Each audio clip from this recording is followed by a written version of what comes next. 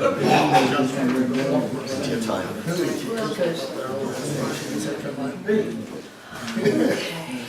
therefore, it's just on merit.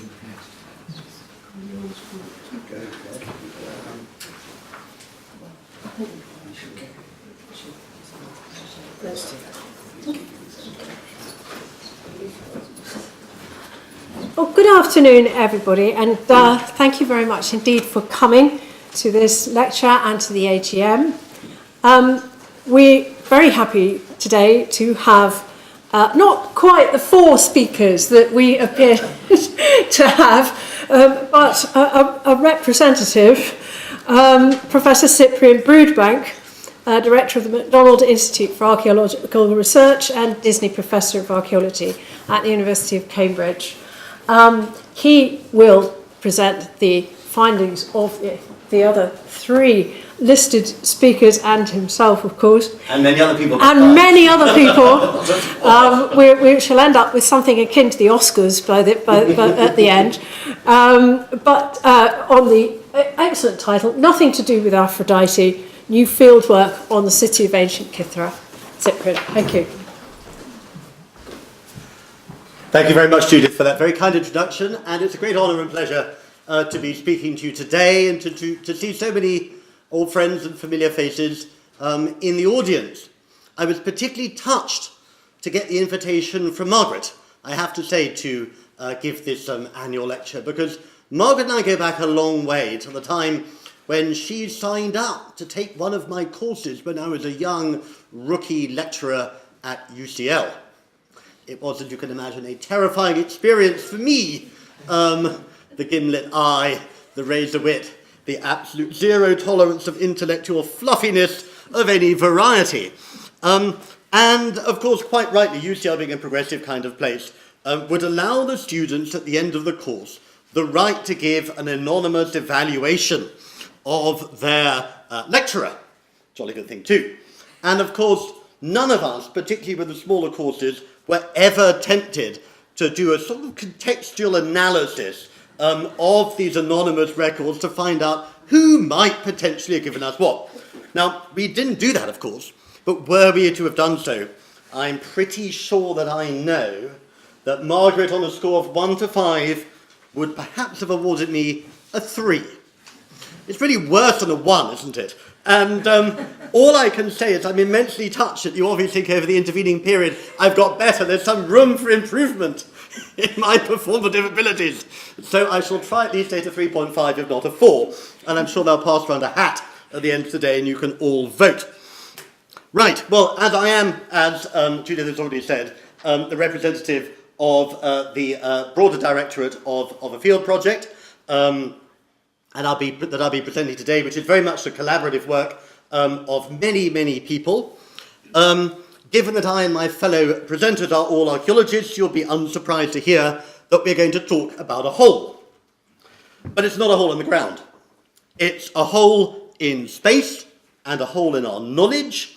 And by filling it, I hope today with you, our broader aim is to show you how new forms of archaeological investigation, prospection and analysis hold out the prospect for radically improving our understanding of the ancient Greek city. That most central but still startlingly materially underexplored and underunderstood element of Greek and wider Mediterranean life. There is the initial hole, a limestone massif, 323 metres above sea level, 2.5 square kilometres of rugged, thorny, limestoney terrain, across which we know, and we knew, sprawled the ancient city of Kythera. The broader context, the island of Kythera, strategically located in the southwest Aegean, midway between to act as a kind of stepping stone or a filter between Crete and the Peloponnese, but also between the Aegean and the central Mediterranean, the kind of crossroads island at many different scales. The fieldwork we're going to present today is a convergence that took place last summer, in the summer of 2017, between 2 long-term independent archaeological projects. And they're coming together, I think, was one of the most, created one of the most joyous and fruitful archaeological field seasons that I can ever remember. On the one hand, three of us, myself, Evangelia Kilian-C, the director of the Fitch Laboratory at the British School in Athens, and Professor Andrew Bevan, professor at UCL Institute of Archeology, we had been working since the late 90s on a regional project investigating through surface field survey the archaeology across time from earlier settlement right up to the present of a huge area, about 100 square kilometres, of central eastern Kythera, using techniques that have been developed and I've talked about, I think, in public lectures in the past, where one uses teams of field walkers to comb the landscape for remains of all periods in the past and gradually to build up a picture of how people have been living on Kythera for the last 7,000 or so years. So that was where we were coming from, and as you can see from the map of Kythera, our survey area, and a little blue dot in the middle, and a more detailed look in dark grey at the areas we walked, you can see that there was an internal area where Kythera Island Project did not walk. And that was the area of this Paleocastro mountain and its buffer zone around it, because a separate archaeological project was already underway there. And you can see that as we started to understand more and more of what was going on in the landscape we were investigating around the mountain, one started to find finds, in this case material of the Minoan late Bronze Age period, coming right up against the border, if you see what I mean. And one started to realise that in fact the patterns we were getting were false edges in that area, and there was something going on inside. But even more importantly, and worrying from our perspective, was when we looked at the patterning across time, we realised how important it was for what we were doing to be able also to understand what was going on the Paleocastro, the site of the ancient city itself. Now, I'm not going to show you many graphs, I promise. I think this is the only graph I'm going to show you. But what you have here is every period in time between the end of the Neolithic and the Venetian occupation of Kythera. And you have out here on this axis and on this axis the number of archaeological sites, a kind of vague proxy at one level for the amount of activity in the landscape at any one period. The reason why we have this kind of bilateral distribution you don't really need to worry about. It's quite simply that because these periods are of different lengths, on this side we've scaled that distribution to allow for the different lengths of periods. And that doesn't make much difference to most of the stuff we're going to talk about today. But what you might be interested to see is, in a sense, the area that it involves us today is from about here to about there, from the beginning of 1st millennium BC up until the end of the Roman period. And what you can see is in the landscape that we were looking at, there were enormous changes in the amount of activity we could see over time. For much of the period known as the Early Iron Age, the post-glacial, the Early Iron Age, the Geometric and the Archaic, there was very, very little evidence of settlement out there in the Kytheran landscape. There was an explosion in the Classical period, the 5th to early 4th centuries BC. There was a rapid shrinking back in the Hellenistic period, basically from Alexander to Actium. That survived more or less in early Roman, and then settlement climbs back up in the 3rd, 4th, 5th, 6th and 7th centuries into a kind of really quite impressive late Roman spike before then collapsing again in the post-Roman later 1st millennium AD. So in a sense we had that pattern, but of course sitting in the middle of the island was a large ancient city whose dynamics were of course going to be driving and relating closely to what we were seeing out in the landscape. And without knowing more about that, we were flying a little bit blind in terms of our interpretations. So that's where our Kythera Island project came of this. And just to show you, when I say very little evidence, this is what I mean. This is the only proto-geometric sherd that we had from the entire survey, identified by Cathy Morgan as a bit of a kylix. Could have fooled me, but I trusted if Cathy tells me.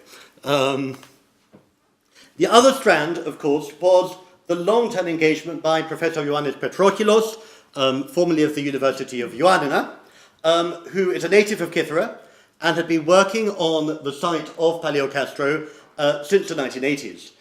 His 1984 book was the publication of his doctoral dissertation, which summarised everything known up until that stage, and then moving forward from there, he conducted extensive small group surveys of parts of the Paleocastro and culminated in an excavation on the Acropolis, which we'll be coming back to, but produced this particularly interesting set of public cult buildings up on the top.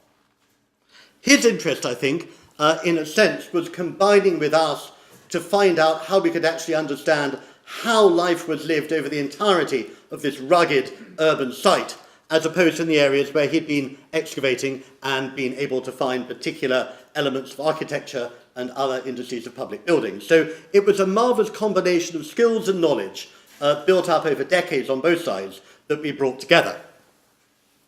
And we had three particular aims, broader aims. One of them, in a sense, is to try to understand the Greek city as a material and spatial phenomenon. What is a Greek city? What is a Greek polis? What does it look like? How does it grow? How does it expand? How does it decline? What are its date lines? Now, of course, you might think, well, we know about Greek cities. We know about places like this. In fact, we don't know a lot about this as well. That's half the challenge. But, of course, Greek cities are there in the hundreds out there in the Aegean and well beyond the Aegean. And the actual amount we know about them as archaeological phenomena is actually startlingly slight. And what I want to indicate is a way in which I think we could quite effectively multiply our knowledge manifold with relatively light investment. That's what I'll be trying to show you. The second thing we were looking at is the relationship between a Greek city and its hinterland, Asti and Chora, in a sense, between those two imbricated elements of Greek rural and urban life, one unable to exist without the other. And of course, one of the interesting things about the potential we had here is we had already done a lot of field survey of the hinterland, of the rural hinterland, and now we had the chance to combine that with a methodologically identically performed set of investigations actually on the city itself. So that was a relatively rare and interesting challenge. We were also interested in the more specific aspects of this particular history, of this particular city, and its historical and its connective context. Things like, for example, how does the archaeology of ancient Kythera relate to the textual sources? We'll look at that in a minute. Why does the prime site on Kythera move over time? From the Bronze Age, when it's down on the coast at Castries, a site I'll come back to in a minute, to the Paleocastro in the period we'll be focusing on, back at the end of Roman to the sea, down to a gorge in the north of the island at Paleochora for the Byzantine period, and right down to the far south of the island to the Chora, the modern capital, and the capital founded by the Venetians in 1207 AD. So what are the things that drive the internal dynamics of this island, but also how does a place like Paleocastro and its rise and fall relate to much broader patterns, Paleocastro and Kythera, not simply as one point within an island, but as a point between Crete and Lycopol, between Athens and Sparta, as a point between Rome and Constantinople. Okay, so how does one actually understand the way in the micro and the macro work together to create Greek history? In order to do all this field work, we were reliant on the support of a great many people, and I'd like to thank three groups of people in particular. Firstly, I'd like to thank, of course, the Greek Archaeological Service and the Central Archaeological Council of Greece, and locally within our effort, the EFOR, Dr. Stella Chrysoulaki, and the Epimilitria, Dr. Kiki Psaraki, both of whom were extraordinarily supportive of our endeavours. I'd like to thank the British School at Athens and its director, Professor John Bennett, and in addition, the whole apparatus and crew of the Fitch Laboratory for Archaeological Science, who've become our home for many years in Athens. And finally, in terms of funding for this project, the Institute for Aegean Prehistory, the McDonald Institute for Archaeological Research at Cambridge, and the Cambridge Faculty of Classics. Right. What was known about Paleocastro before we started? Or what was said to be known about Paleocastro before we started? Because they're not always the same thing. From ancient textual sources, as I'm sure I don't have to say to an audience of classicists, I'm a renegade historian and prehistorian myself, so you know this better than I do. The two dominant themes that emerge from the ancient textual sources are, firstly, the connection with the earliest cult of Aphrodite in the Aegean, potentially associated with early Iron Age Phoenician activity. The pursuit of Aphrodite and her temple has been one of the informing and driving motivations for a lot of archaeological visits and exploration to Kythera, and all I can say is we ain't found her yet, We didn't find her, and this particular paper is nothing about Aphrodite, I'm afraid. That wasn't initially going to be the title of the talk. It's just I was sitting there, I thought, why not call it that? Because this really is nothing about Aphrodite. But the very name Aphrodite, I know, will double the audience. So even in the negative, she's a puller. Right, and of course the other kind of theme in the ancient sources is the geopolitically strategic location of Kythera. Most famously in Thucydides' book 4, talking about the attack, well, the fact that at the outset of the Peloponnesian War, of course, Kythera is a perioikic community of Sparta. It's an island that the Spartans wish wasn't there but can't afford to lose either. It's taken in the same phase of the Peloponnesian War as the Battle of Kythera, as one of those attempts to, in a sense, throttle Sparta by sea. The Athenians take it extremely successfully in 425 and hold it for most of the first phase of the war. Interestingly, that geopolitical role continues through various other phases of Athenian aggression on the island, but also much later, because another kind of strand of information we have is that after the Battle of Actium, the island is given by Augustus to the Euryclid family of Sparta, one of the great wealthy families of Sparta, and it remains for several generations with them until they die out, at which point it reverts to Hadrian. And again, this island, the island becomes a gift of the mighty on a Mediterranean scale. Okay, so that's a summary, there's other things too, but that's the main gist of what we know from ancient historical sources. Sorry, there's the geopolitics, the trireme, and this is actually the coastal settlement of Theokofti in northeastern Kythera, which is almost certainly the point at which the Athenian expedition landed on the coast opposite Kavomaleas and then marching over the hills to attack the city. This boat here was a Russian tanker that also came around Kavomaleas with a drunk captain and ran straight into Kythera, having forgotten it existed.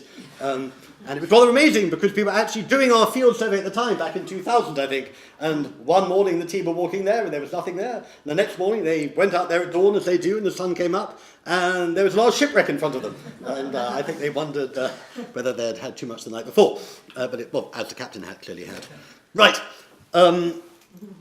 So, people had been drawn, largely through the legend of Aphrodite, the myth of Aphrodite, since antiquity. And in fact, if you look at ancient and medieval pilgrimage sources, you find the idea of going to Aphrodite's island, blended with the idea that this is a place where Paris and Helen take refuge when they flee from Sparta. It's a deep, deep tradition. And by the 18th and the 19th century, a lot of those visitors are people trained to actually record archaeological remains. This is an illustration of a location somewhere on the Paleocastro. We're still scratching our heads as to quite where it is, because it doesn't look like that now, and I'm not sure how it could have quite looked like that at any time, if you see what I mean. By the Trave Castellan, right at the end of the 18th century. And this, of course, is Heinrich Schliemann, who also visited Kythera in pursuit of Aphrodite, and luckily, not finding her rapidly, didn't do too much damage, and left. Really, it takes quite a long time for an organised archaeology of the island to take off. A lot of there's small-scale early excavation. There's clearly a lot of tomb discovery and emptying of a kind of, probably not quite illicit isn't necessarily the word at that stage, but a lot of the stuff that ends up in the museums around the world is clearly coming out of Kythera in the 19th and early 20th centuries. And it's really only in the 1960s that the archaeology of the island comes back into the limelight, and that's actually not through work at Paleocastro, but through excavations at the coastal site of Castries by George Huxley and Nicholas Coldstream. It's a great pleasure to see George and Davina here today. I wasn't expecting it, but it's fantastic. And what the excavations there did, of course, well, who am I to say what they did there? But in a very brief nutshell, they brought alive an extraordinarily rich Bronze Age and particularly Minoan occupation of the island, with a large community, particularly of the mid-2nd millennium BC, the acme of the Palatial Age on Kythera. Interestingly, the other great period that was found there at Castries was of Middle and Late Roman, 4th, 3rd, 4th, 5th, 6th, early 7th century AD, where this again is a massive site. They found classical, but quite restricted, and this clearly was not the major site on the island at the time, and they found very, very small amounts of archaic geometric and such like. I mean, really just scraps.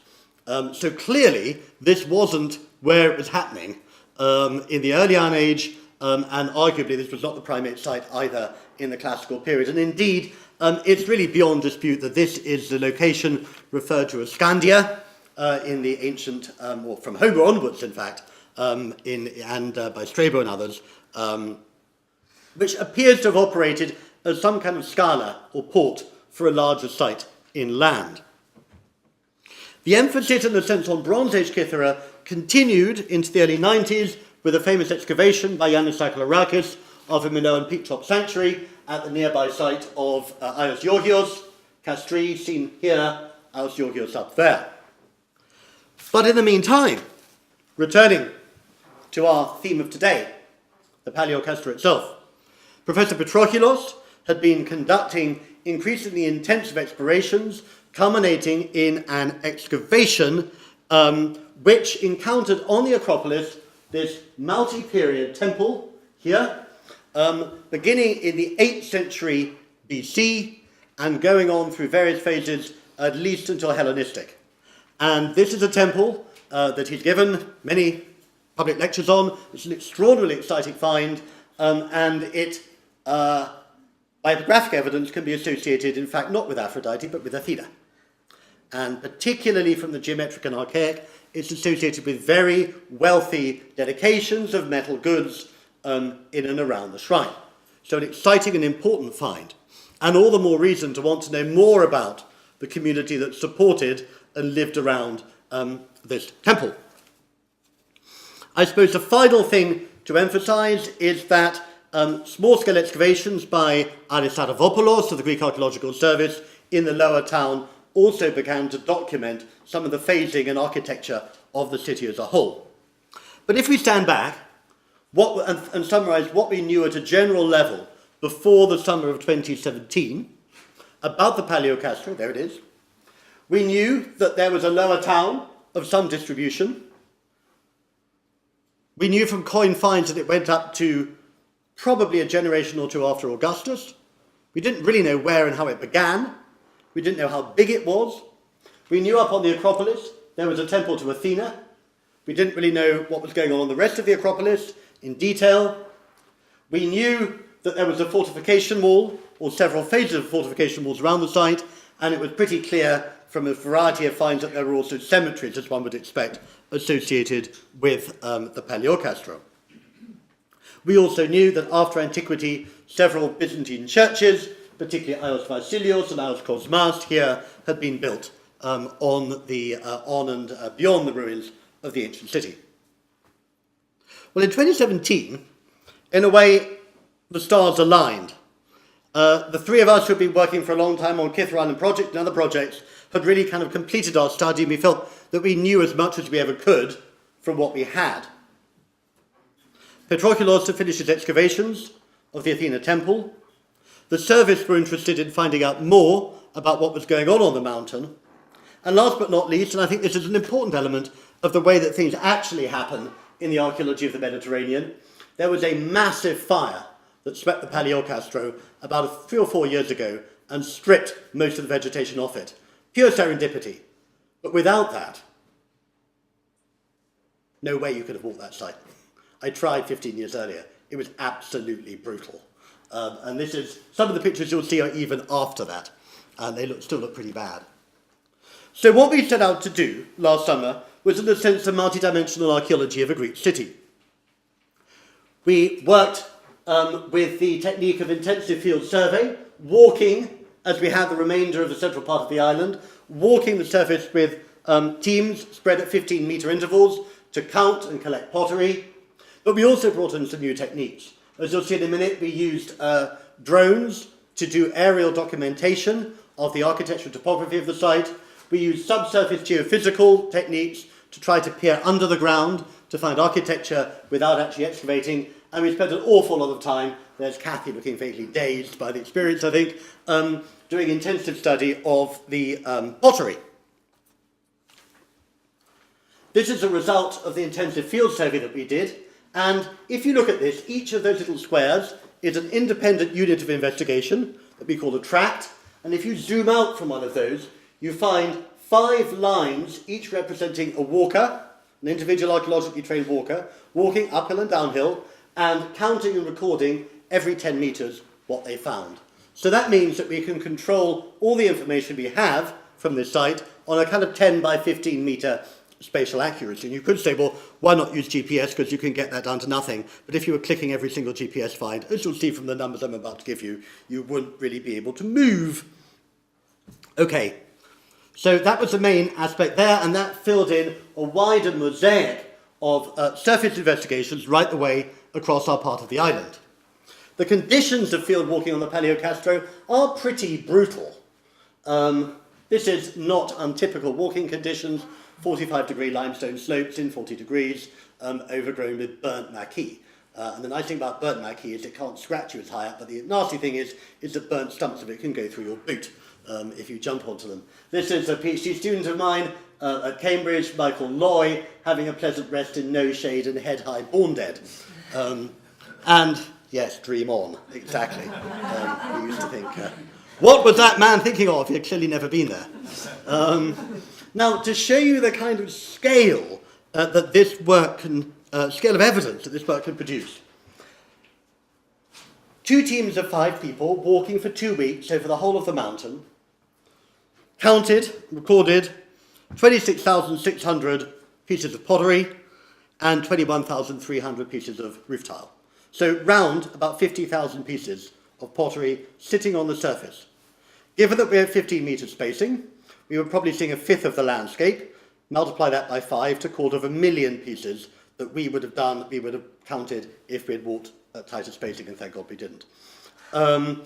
Multiply that by the fact that a lot of the surface cannot be seen because it's too rough. We don't know what the figure of the multiplication is there, but if it's only double, you've got 500,000 pieces of pottery on the surface of one not particularly large urban site. Right? That's the scale that Greek archaeology produces. God knows how that relates to what's under the surface. Commonly it's 1 to 10. 5 million. 10 million. That's the scale of the kind of data we work with in Greek archaeology. And that's why we can do phenomenal things. We've always had big data. They invented big data recently, but we do big data. The trouble is we didn't know until recently how to cope with it. Now we can. What you see here is just a count of all the classical to Hellenistic pottery, and here all the tile. And although I won't labour it in detail, you can see that they're similar but not, interestingly, identical. Once this stuff was brought in, it looks like this. It looks horrible. It's beaten up. It's been on the surface for a long time. And frankly, what we then deploy is 20 years of experience between us, or individually, in terms of knowledge of fabric, of decoration, of shape, to actually date this stuff. So we're looking at the dating of this. We're also bringing in not only sherd, but we're bringing in all the stone tools we could find, as I'll show you. We're bringing in evidence of metallurgy, little bits of glass, and any movable architectural elements we could find. A lot of the ceramics comes from pottery. This, however, is a bat at late classical Hellenistic figurine, and there's also a lot of architectural terracotta and such like. Backing all our study of the pottery is a lot of laboratory-based analysis, led by Evangelos Kyriadzi at the Fitch Laboratory here, and drawing upon knowledge of the geology of the island, the clay sources, the ethnography of potters on the island recently, and what resources they had to draw upon, and experimental replication of ancient fabrics and clays. So the result is that actually, I lied, I put another graph up here, but it's only a very simple pie chart. The blue is the percentage of all the pottery we find that we can date to one period. The purple is that we can date to one of 2 periods, and the rest of the stuff that's a bit rougher. And the point is that without any stratigraphy, finding all this stuff on the surface, we can date most of it to usually a couple of 100 years. And this is one of the ways in which the long tradition of Greek archaeology, the extraordinary amount of excavation and surface material out there, allows us to actually do extraordinary things. And it's worth, I think, emphasising that Greek archaeology, just seen neutrally, works with one of the best data sets you could ever want in the world. It's a dream set. And that would include you if you were working in Mesopotamia, in the Maya lowlands, or whatever. Why do we bring in some of the other materials? Well, this is evidence of iron production, iron slag, and in fact you can see the curve there. That's the bottom of the crucible that would have created that particular iron smelting. So we can see where specialist craft production is going on within the site. We're also collecting groundstone for processing the grains that would have kept daily life going. And interestingly, you can see two different varieties, very plain ones, just flat surfaces, and these so-called hopper querns, which are industrially more effective ones that can grind much more stuff, probably public investment, and made in non-local volcanic rock. So these are imported, highly specialized processing. So where they are found, as opposed to where the domestic ones are found, becomes part of the way in which you tell the story about the site. And of course, the other thing, which some of us who've worked on prehistoric rural sites for a long time found was slow to get used to, is of course the marvellous thing about a thing like Paleocastro is you really find bits of carved marble. That is a bas-relief marble slab built into a wall, found within our survey area. The second element that we used was unmanned aerial vehicle, otherwise known as drone photogrammetry. And this is, you're all familiar with the ubiquity now of drones in many aspects of life. One of the most useful things they can do in archaeology is take many, many thousands of photographs back to back as they move and float around the landscape you're looking at. And by combining those, you can actually create, that isn't a photograph, that's a computer-generated result of thousands of photographs. You can actually create a 3D full-colour picture of the entire surface of your area.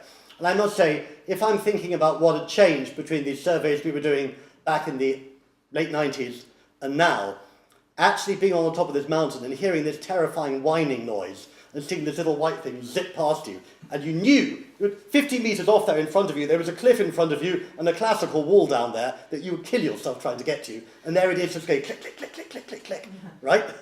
And saving thousands of hours of old-style architectural drawing and a lot of broken legs. And do it extraordinarily accurately. I mean, this is just a very preliminary view, but we will be able to get, because it also went and sat just there, off it, and went up and down it, you'll have a stone-by-stone reconstruction of the fortification wall at Kythera, done remotely. And that, I think, is an enormous change that we've got coming. We also used, as I said, this is an example of the geophysical work, looking at using the resistivity of soil types and also sonar and radar types to probe beneath the surface without excavation to see what might be underground. Now this is a technique that is ideally used in the rolling fields of England or Campania or northern Greece, and is absurdly difficult to apply to a shallow soil, dry, limestone-rich mountain. And it's an extraordinary credit to the team led by Kate Armstrong from Durham, that under these terrible conditions, the geophysicists were able to insert themselves into little bits of the lower city, particularly the broader terraces where we thought there might be public buildings, and actually run their investigations. And just to give you a first insight into what you might get, this is what got them excited. 35 metres, 25 metres, and then when you actually take that work and you put it onto the aerial view of the whole site, you see there's another angle there in the vegetation. It's a very large 30 by 35 metre building. God knows what it is. It's ancient. Shape-wise, I'd go for a gymnasium, but I mean, the other classicists, you could tell me, and no one knew it was there. Okay? And there's probably a ton more of that. It's just that there's a limit to how much we can actually get at. Okay, I'd like to switch emphasis now and give you a little bit more of a kind of period-by-period understanding of what we think we've learnt about the history of this place. And I want to start very, very briefly before there was any city there, because, of course, one of the great joys of walking the Greek landscape is you think you're walking it because there's something that you know is there and you're interested in. But in fact, what you find is an awful lot of stuff that was going on far, far earlier, and quite a lot of stuff that was going on far, far later.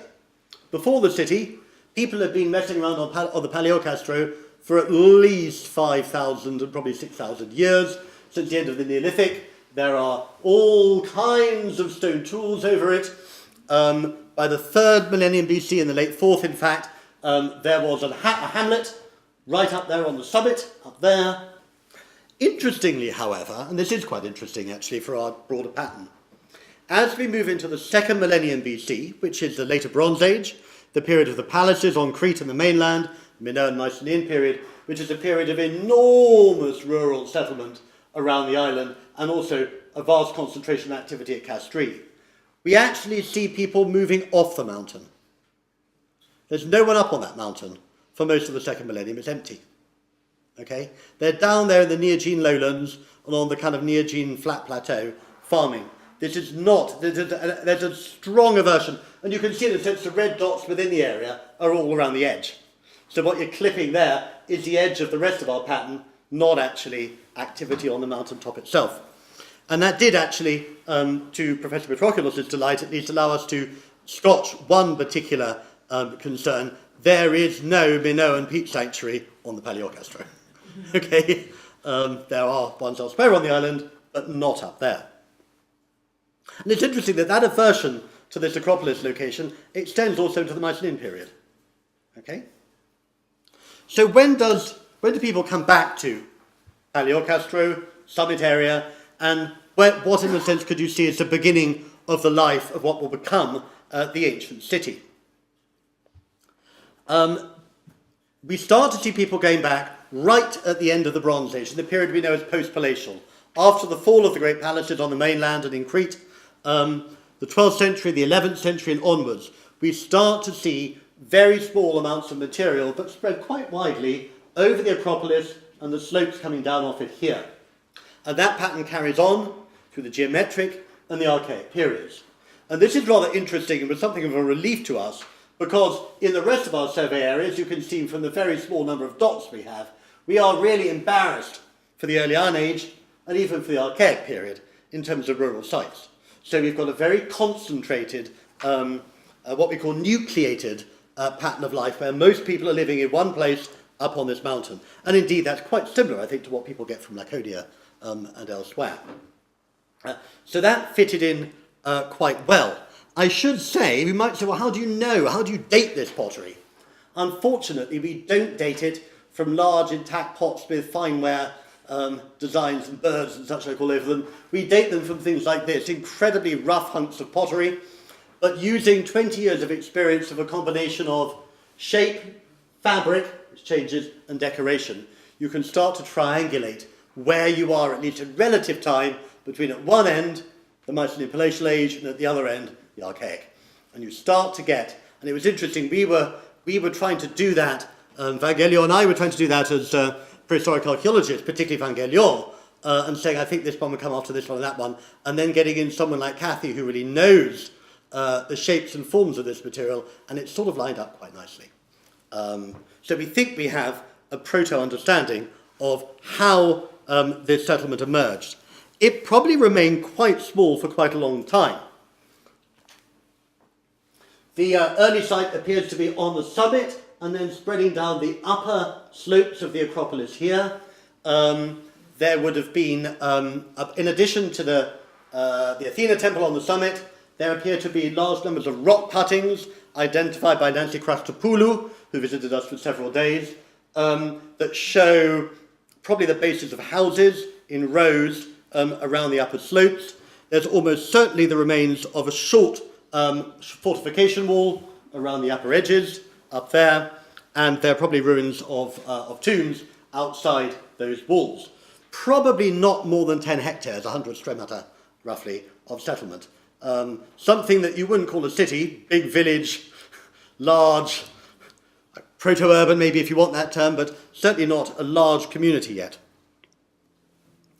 Interestingly, however, the overall impression is that the island is resurgent in terms of its wealth and economy as it comes up into the early Iron Age.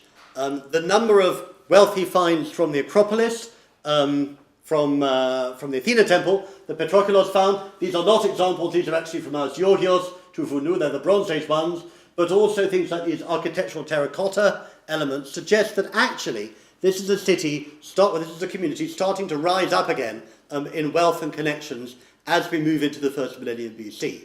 And one could wonder whether if it hadn't been for the famous Spartan intervention in this site, you would have had a pattern not unlike the Bronze Age again, where you get an island beautifully located between Crete and the Peloponnese, between the Aegean and the central Mediterranean, that starts to become wealthy and well-connected through trade. But that, of course, is not what happens. And interestingly, the last observation we made is another one that intrigued us. Over the site, there are a surprising number of elements, sandstone carved elements of early Doric public buildings. None of them are in situ. They've all been taken apart. They've all been reused.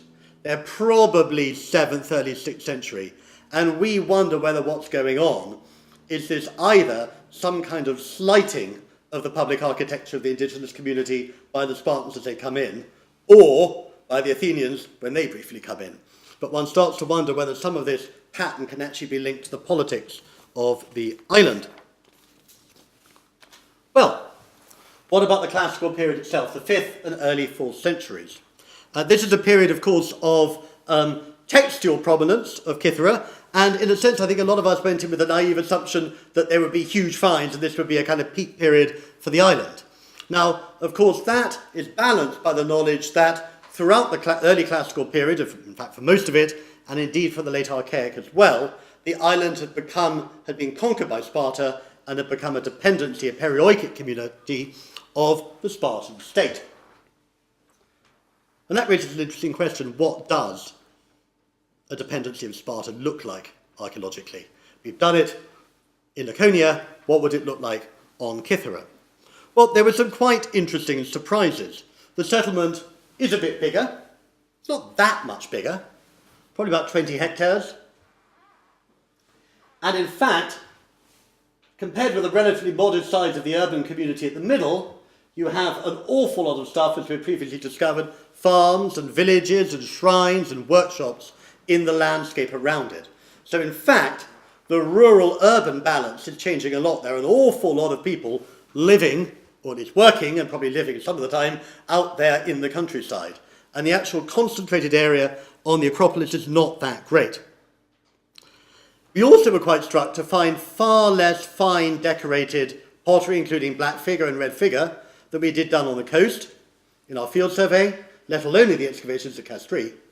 And that made us think, is that the difference between a coastal entrepot and an inland city? Is that the difference between Athenians on the coast and Spartans inland? Or is that, boringly, just the fact that the material is much better preserved down on the coast than up on the limestone massif, so you can't see the red figure because it's all been chewed to pieces by local soil conditions? We also saw no definite example of any major civic architecture during the classical period. We can't prove that, but there's nothing that definitely has to be classical then.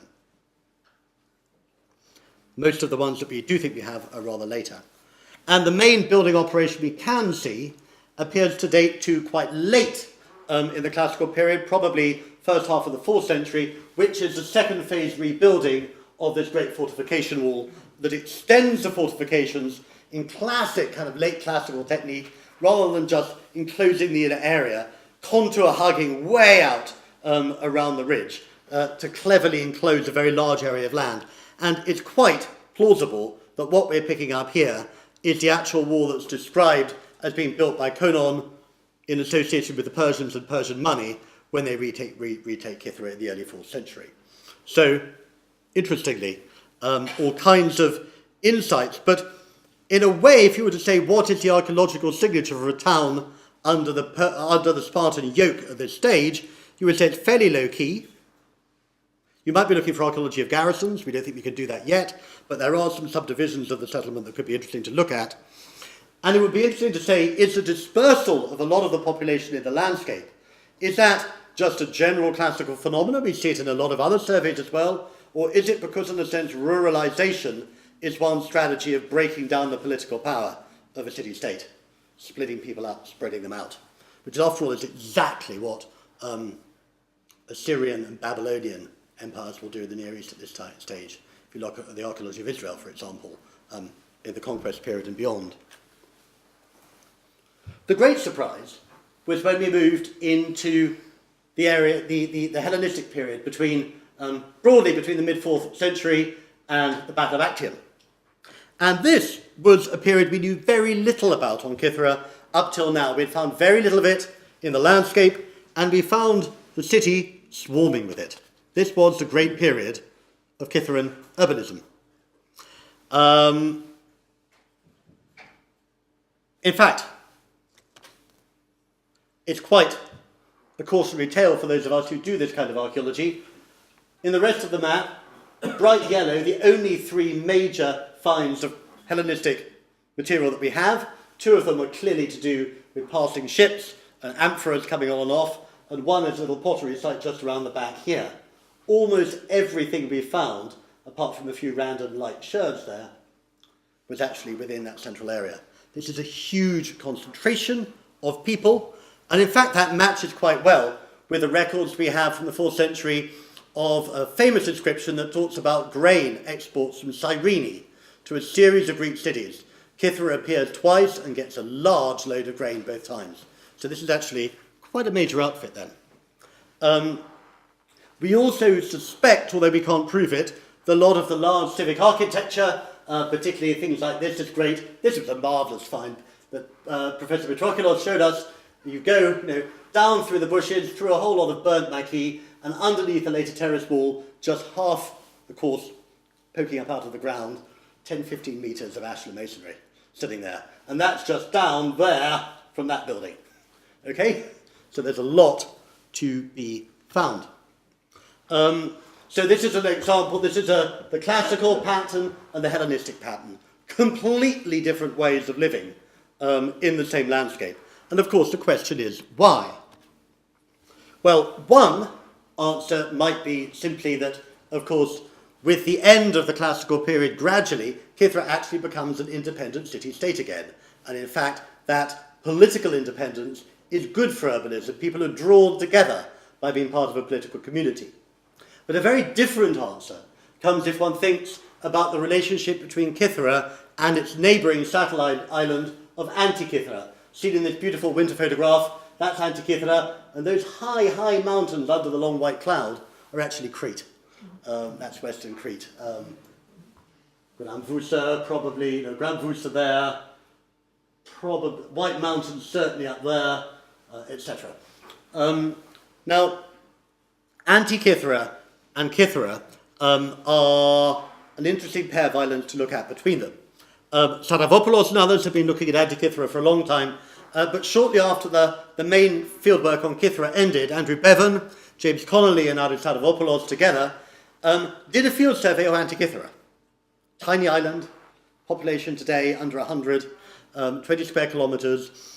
They covered the whole thing, and they found an extraordinarily interesting result for the period that concerns us. There was, in effect, no early Iron Age or classical occupation of the island, but there is sudden and extremely concentrated, these are all the finds they have, activity beginning in the mid-4th century and moving on into the 3rd, I believe, into the early 2nd. And it's associated with a very well provisioned, heavily fortified site of Castro in this part of the island, associated with ship sheds, fortifications and such like. And there is every evidence from the site itself, but also the historical record, that this was basically a Hellenistic pirate base. Okay? And there's some possibility, it's been suggested by the experts on Antikythera, that in fact some of the funding for this, because these ain't no low-key pirates, I mean that's great masonry, right, is actually being paid for by Persia as one of the ways of creating havoc in the wake of Alexander. Okay? Whether one wants to tie in the archaeology that specifically with the particular event, it is quite an interesting proposal. Now, the suggestion that one of the most active and dynamic pirate bases in the southwestern Aegean is within shouting distance of your island might make you decide that that dispersed rural population where you live all over the place in small groups having a happy rural life might not be the way you want to live. And in fact, the extreme nucleation that you see in Hellenistic is a response to the presence of human predators, basically, on the other side of the Kythera Anti-Kythera Strait. Well, we don't know what the answer is, but one of those two, or those two in combination, may well be telling us why we get such a dramatic change. Now, in the last few minutes of this lecture, what I'd like to talk about is the death of an ancient city. And I think this is quite an interesting theme. Cities rise and fall today, they always have done. What is it that actually led to the dissolution? There's nothing dramatic.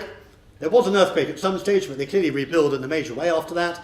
Nothing dramatic. The city basically fades away. Why? Well, the first thing you want to know is when. Of course, don't you?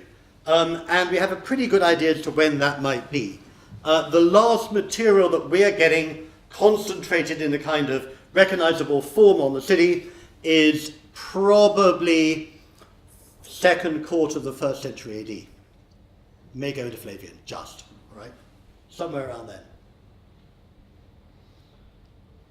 And that's interesting as an initial observation, because it means that by the time Pausanias talks about the temple of Aphrodite, ain't no one there.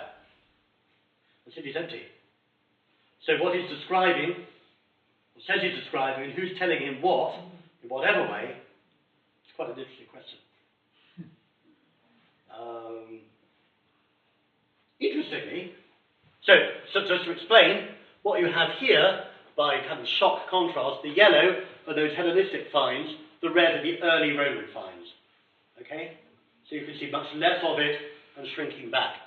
And indeed, it's not simply a matter of saying, well, perhaps they're all out of the landscape again, living in the rural areas. They're not, but there's not that much going on there either, compared with other periods. This is really a low period, economically, demographically, as far as we can make out, for the island.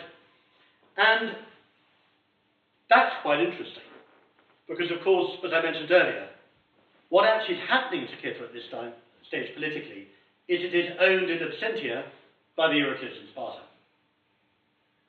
And in a way, what one wonders is whether that kind of absentee landlordism and extraction is very, very bad for civic life.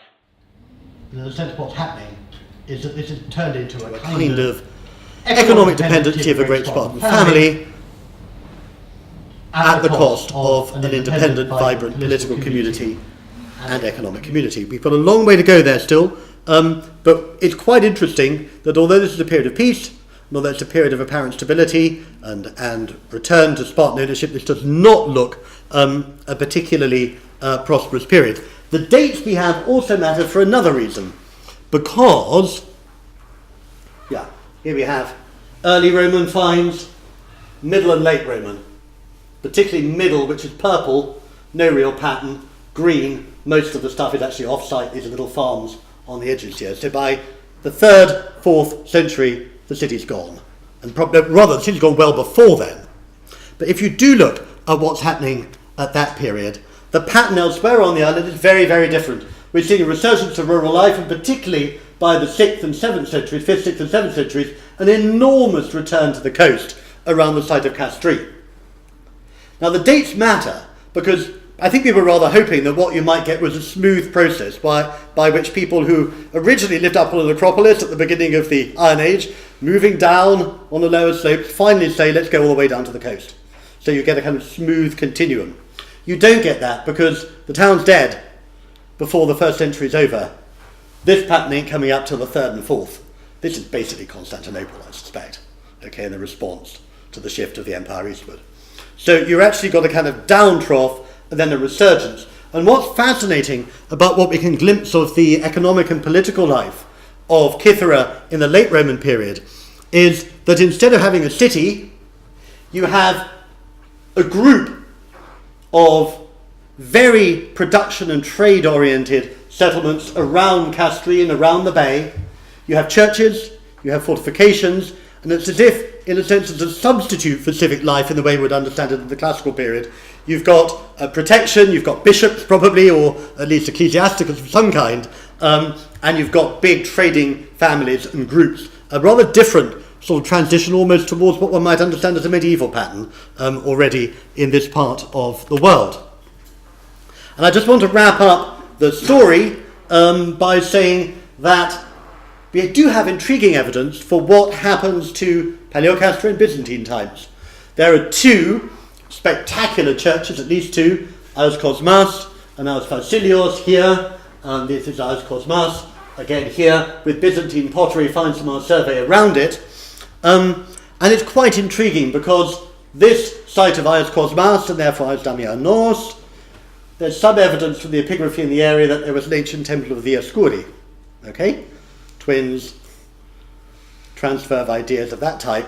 And that's fascinating because we have very little evidence for continuity of actual occupation and life from the end of the Roman period to the Middle Byzantine, and yet it looks as though there's some memory in the cult observances there of similar kinds of understandings of sacred twins, for example, of twin people.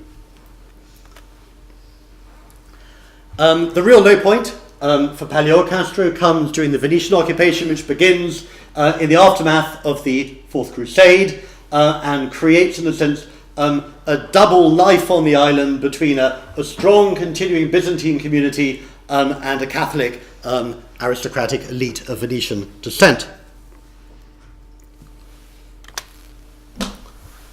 And fascinatingly, people started to return to the Paleocastro in the 18th, 19th centuries, and indeed there are still the descendants of people who lived there as children alive today, and they can tell you extraordinary stories about life on the Paleocastro. I won't bother you with the details, but it's quite extraordinary how much, in a sense, if you looked at that as an archaeological distribution, you'd say it was a large urban settlement. It's actually about 50 small rural houses of a family each, all farming land and terraces out from the villages of the interior.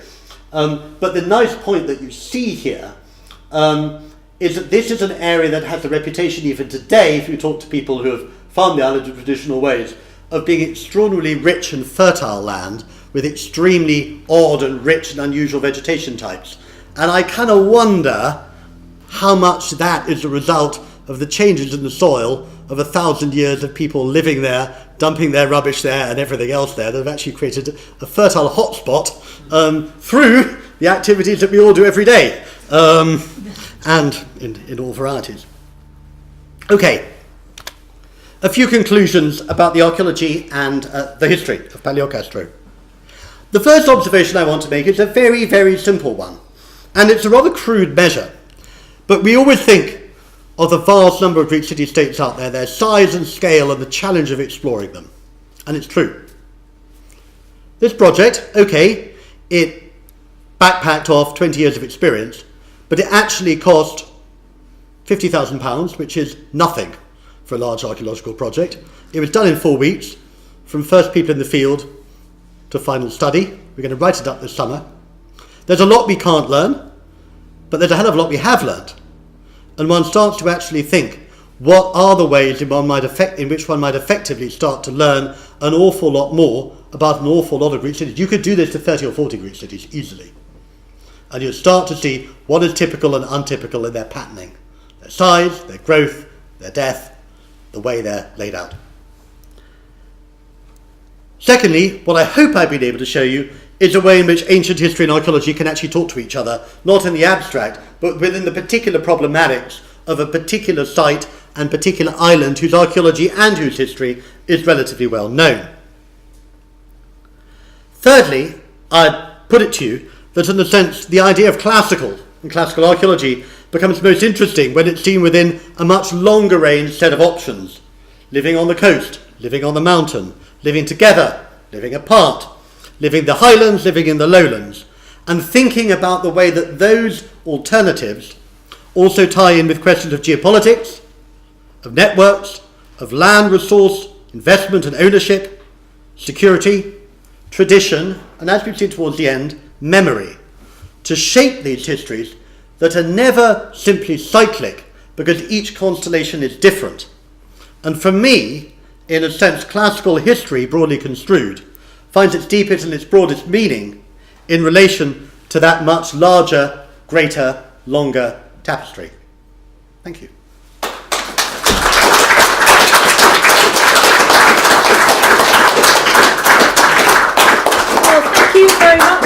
Cyprian, that was marvellous. I'm sure there'll be lots of questions.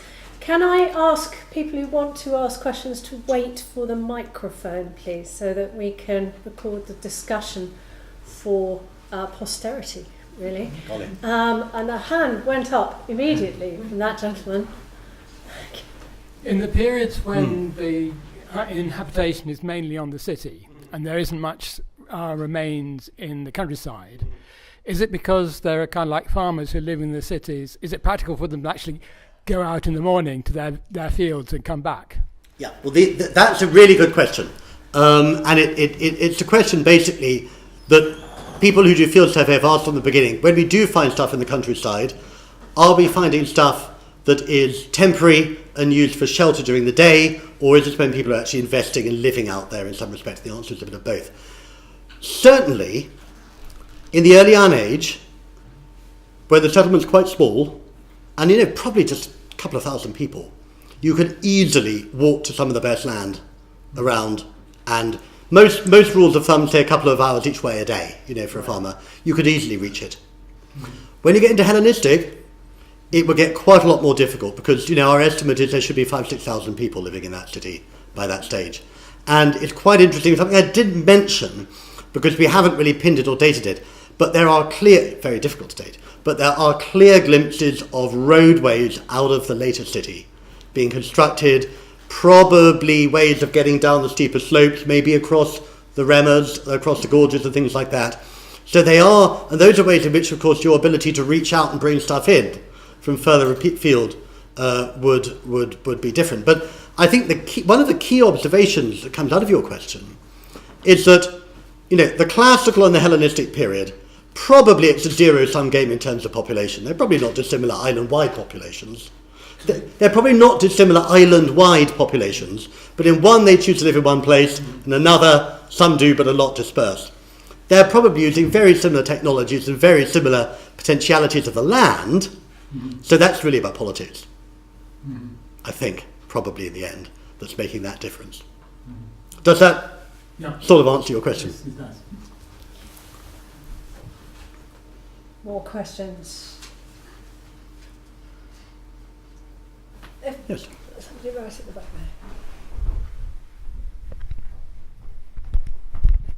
there. Thank you very much. I just have a question of interest. Can you say a bit more about how you calculate population numbers? Because you don't have an awful lot to go on, do you? If you look at early Rome, we have a lot more material there with widely differing estimates. So I'm just interested in how you get to those figures, 5,000 to 6,000. You said, I think. It's a series of individually not very strong observations, and in a sense, the way I think of these figures is not as figures that are absolutes that you would then use for fine-grade analysis, but they're orders of magnitude that are useful to think with, in a sense. Now, the reason I come to 5,000 or 6,000, one thing we have noticed is we have extremely good Venetian and then British Anglo-Cratia period records of demography on the island going back to the 15th century or 16th century at least. And it's quite interesting there that in that agricultural regime, which is probably not that much different until the late 18th and 19th centuries, there seems to be a kind of ceiling somewhere between 5,000 and 7,000 people, which is what the island kind of wants to take on board. It sails through that in the late 19th century, and then you get emigration. But going through that in the late 19th century creates the record today that you see of fields in horrendous places. I mean, really low agricultural yield areas halfway up a mountainside. So that's one way into that. Another way in is that for the Bronze Age peak of the mid-second millennium, we have actually drilled down a lot on those rural sites. We think we can identify them as probably one-family farmsteads. Yep. We have 100 of them in our survey area, round figures. Okay. That's in 49 square kilometres of an island of 278. Probably there are 500 or 600 of those on the island. It's quite a short period. Okay. They're probably not all entirely simultaneous, but it's quite a short period, so they're not obviously non-simultaneous. So you start to say, okay, rural population, 2,000, 3,000, yeah, roughly. You then look at Castries, and following up on the excavations that George and Nicholas did, we found from the surface survey that it's a lot larger than that. You can then actually use some of the multiples for Bronze Age excavated settlements to say roughly what, in terms of house size, you're getting at. That's often somewhere between 200 or 300 a hectare. Probably for the size of Castries, you can put another 2,000 people in the urban and peri-urban environment. You're getting to 5,000, 6,000 again. For this period, we get at it through looking at the Cyrene reports, okay, and looking at them relatively. And it's rather like stacking rifles. None of them stand up on their own, but they kind of mutually support. Yeah? And that's about as good as you get until you get to Roman period imperial records. Yes? Another one up here. Thank you. Do you do any metal detecting or any Strictly illegal. No. We didn't, and one doesn't. I mean, we're a team that works within the Greek Archeological Services guidelines and the Greek law, and we don't do metal detecting. Interestingly, we had some very sharp. We had an extraordinarily experienced team. They were picking up tiny things. Not a single coin came off the surface this time. And if you look either somebody had taken them all before because they had done metal detecting, or else they weren't there. I don't think I'll comment on that. But what is interesting is if you look at the records of the early travellers from the 19th century, they are buying handfuls of coins from local people. Now that's probably partly because, of course, this is rather what the Evans phenomenon with seal stones. No one's ever found that many Minoan seal stones again. But if you imagine the early travellers coming in, and generations have been ploughing up locally these soils and collecting stuff, it's probably that you've got a kind of build-up of finds which are then purchasable by early travellers who come in. But it was quite a striking contrast. We didn't see anything. Yeah. Although, of course, Kythera wouldn't have been minting coins until it was an independent city, probably. So...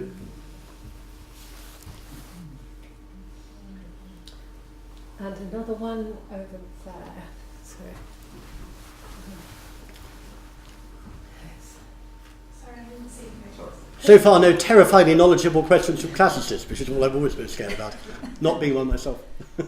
In terms of your theory about the pirates, how wide-ranging would their activity have been? I mean, could you test whether or not the theory by looking at their effect in the neighbouring region, where they had a similar sort of impact on the population? Well, I mean, there are people who are expert in the archaeology of piracy in the Hellenistic Roman Mediterranean.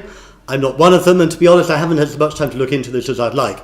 But two kind of incidental forms of evidence. One, anecdotally, but say from the island of Kythera, there are inscriptions from about this period saying, basically making it illegal, as far as I remember, for women to walk singly out there in the countryside. And that's not all about male control, it's actually about about danger of being out there at a period of high piracy around that part of the world too. In this case, we're only 25, I mean, you can see, as soon as a pirate ship launching from Antikythera put its white sail up, you could see a flash. And I don't know how long, you've probably got a few hours, as long as you're looking. So I don't think anything going on there would be of the scale that could actually hurt a city-state, but it could be extremely difficult for small communities down on the coast. And one thing we have found, which is, this is parenthetical, but quite interesting actually, those few dots that we have on the coast from the Hellenistic period are not people living there, they are tons of amphorae. And also Stavropoulos found from Antidragonaire, I think it was, coins of this period and amphorae and crevasses and things on the island. So it looks as if either you're getting an archaeology of kind of perasma, just people passing by and stopping, or you're actually getting people that we might categorise as pirates or whatever hanging out actually on the coast, which would bring the danger much more immediately to hand. Difficult to tell. And of course, I'm always unhappy with the concept of a pirate, because the Spanish people would call Francis Drake a pirate. And piracy is very much in the eye of the beholder, as you know from the debates in the Odyssey about how Odysseus is categorised by himself and others. So what is a pirate and what's a freebooting hero is slightly up for grabs until you get sea laws. But certainly I think there are some people who are predating and passing around the island in uncontrolled ways around the coastal zones.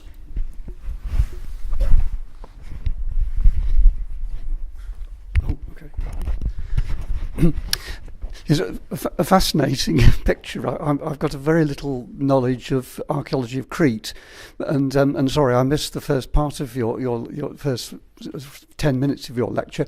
But the coastal area, do you have any interesting wrecks? I'm thinking of Kythera, of course, but have you got any evidence of on the coast? Well, quite a lot of work has been done, particularly around the coastal area of Avlemonas and Theokofti.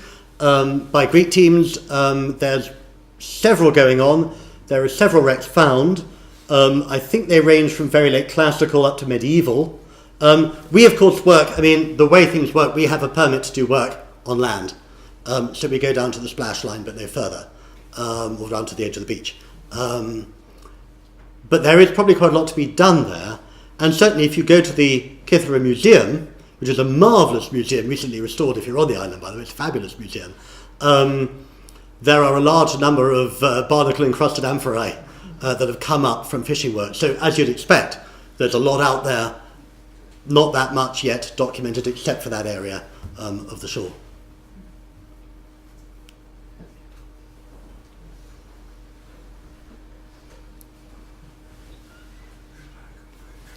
Well, if there are no more questions, then I think we should let the speaker off the hook, thank him warmly, and proceed to tea. And I should say that during tea we'll be showing a film about the Hellenic and Roman Library appeal. We hope that this subliminal message will have its inevitable effect, and that we will be able to convince you thereby the merits of our current campaign to try and raise money for the library. But my main job is to thank Cyprian very much indeed for a wonderful lecture, extremely wide-ranging over time, if not space, and to ask you to join with me in celebrating him in the usual manner, him and all his colleagues. Well, indeed.